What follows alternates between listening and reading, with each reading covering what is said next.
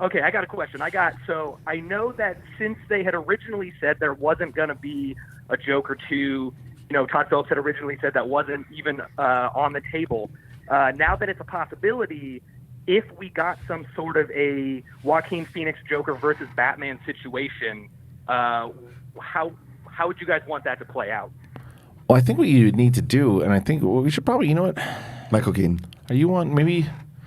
Josh is Bring him correct. back. Well, what we should do is maybe tomorrow we do a spoiler-heavy review of Joker tomorrow. I would love that. Why don't we do that? So, Well, I got to go friggin' see it. you got to see it. Go see it today. Can you see it tonight? You can't see it tonight. I don't think I can see it All tonight. right, maybe next week sometime. Then we'll make sure you're on it. Anyway, the way that I think that it's play out without spoiling too much is I think you got to stay the same tone. What I liked about this movie was that everybody was flawed.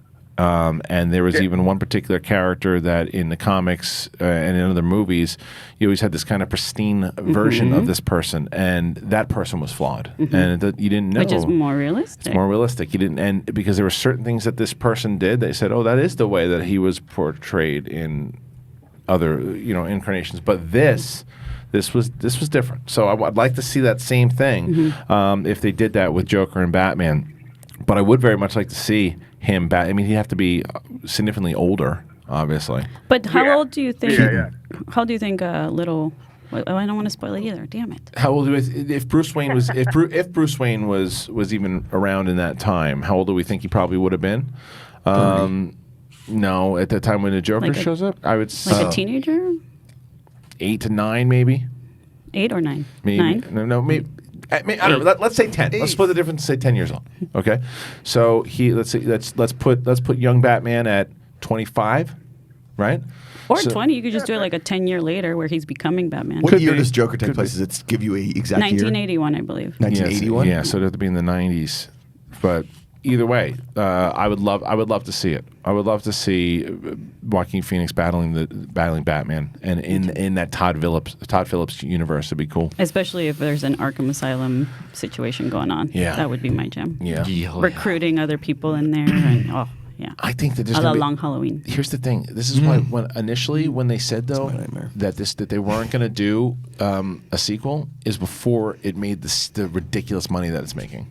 Yeah, they're gonna be offered deals, man. Yes, and Phoenix is already saying we just covered it a few days ago. I was gonna ask, is he wants to actually on board? He said that he had such a great experience working with Todd Phillips that they are talking about making projects together, and specifically they are talking about what, if anything, they can do with so Joker. You're telling me there's a chance. There's a chance. He hinted at it pretty. One in a million. Did you listen to any It's of not those? going to be like done deal, but they are discussing, and because it's to your point, it's going to be huge. That just gave me a little nerdgasm. But did you listen to any of those breakdowns of like scenes? Todd Phillips, I don't know if it was Vanity Fair or where it was, but he did breakdowns of some of the scenes and how they work.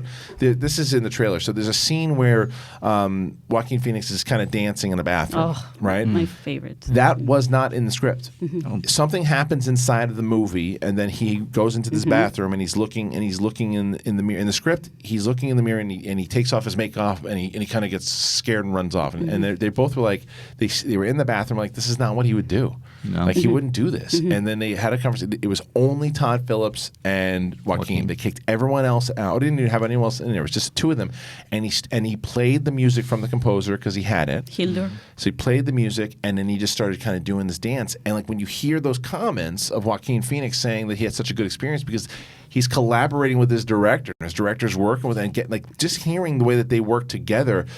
Like you don't want that to be a one-off. You just don't. You want to see those guys, even if it's not a Joker sequel, though, to have them work again together is something to be very excited to see. Well, there's a reason why certain directors keep working with certain actors, right? Yeah. Like Tarantino or Scorsese, and it happens. Remember when we had in Nat Wolff and director, and they were saying that they work together so well.